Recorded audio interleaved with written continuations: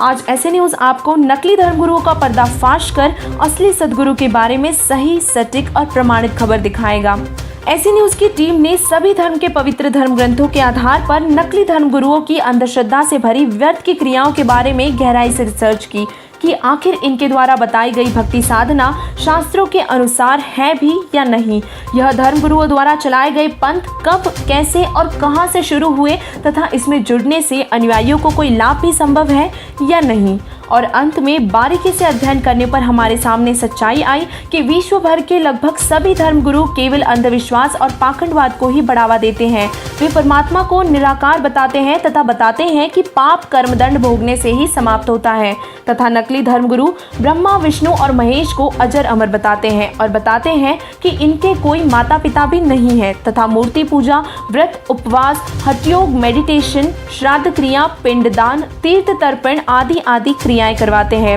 इन सभी क्रियाओं को वेद और गीता में अविद्या यानी कि व्यर्थ कहा गया है और ये क्रियाएं शास्त्रों के अनुकूल नहीं होने से इससे भगवान की प्राप्ति भी संभव नहीं है। नकली धर्मगुरु नशीले पदार्थ, हठयोग, नाच गाना व शास्त्र विरुद्ध साधना करवाकर भक्ति मार्ग को दूषित कर देते हैं। इन क्रियाओं से वे असंख्यों जन्मों तक भी मोक्ष प्राप्त नहीं करा सकते और अपना पेट पालने के लिए सुना सुनाया ज्ञान बताकर भोले श्रद्धालुओं को भ्रमित कर खुद भी पाप का भागी बनते हैं और परमेश्वर के संविधान रूपी वेदों और गीता जी के विरुद्ध भक्ति क्रिया करवाकर अपने अनुयायियों को भी पाप का भागी बनाते हैं। तो अब सवाल उठेगा कि इन धर्मगुरुओं के तो लाखों अनुयायी हैं तथा इनके पास तो अनेकों सिद्धियां भी होती हैं।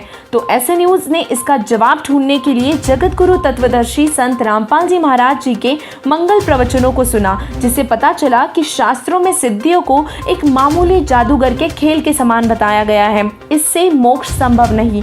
संत रामपाल जी महाराज जी ने बताया है कि नाम से मोक्ष होगा। जो पूर्ण गुरु से सच्चा नाम, सतनाम और सार नाम प्राप्त कर लेगा, मोक्ष उसी का होगा। और यही प्रमाण पवित्र गीता जी के अध्याय नंबर 17 के श्लोक नंबर 23 और अध्याय नंबर 15 के श्लोक नंबर 1 से 4 में भी कहा गया है। ऐसे न्यूज की स्पेशल रिपोर्ट में ये पाया गया है कि व्रत, उपवास, श्राद्ध क्रिया, तीर्थ तर्पण, मूर्ति पूजा, मंदिर में शिवलिंग, शालिंग पूजा आदि क्रियाएं नकली धर्मगुरुओं की रोजी रोटी का एकमात्र साधन है। इन सभी क्रियाओं का शास्त्र विरुद्ध होने से कोई लाभ भी संभव नहीं है।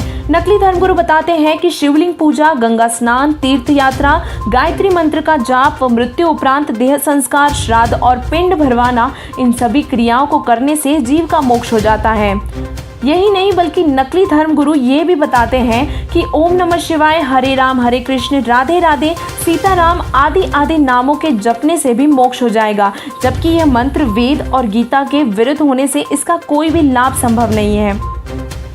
जगत गुरु तत्वदर्शी संत रामपाल जी महाराज जी ने प्रमाणित करके बताया है कि पूर्ण संत से दीक्षा लेकर केवल पूर्ण परमात्मा कबीर साहिब जी ही भक्ति करने के योग्य हैं। उन्होंने बताया है कि ब्रह्मा, विष्णु, महेश और दुर्गा और निरंजन समेत सभी देवी देवता पूजा के योग्य ही नहीं है, क्योंकि वे खुद जन्म मरण के चक्र में आते हैं और वे भी उस पूर्ण परमात्मा पर ही आश्रित हैं। और इसीलिए संत रामपाल जी महाराज जी ने कहा है कि सदगुरु पुरुष कबीर हैं, चारों युग परवान, झूठे गुरुआ मर गए, हो गए भूत मशान। अर्थात पूर्ण परमात्मा कबीर साहिब जी ही धरती पर चारों युगों में आते हैं और तत्व ज्ञान प्रकट कर अपने प्यारे हंसों को सद्भक्ति प्रदान करते हैं। 100 नारी जारी करे और सुरापान 100 बार, एक चिलम हुक्का भरे वो डूबे काली धारे।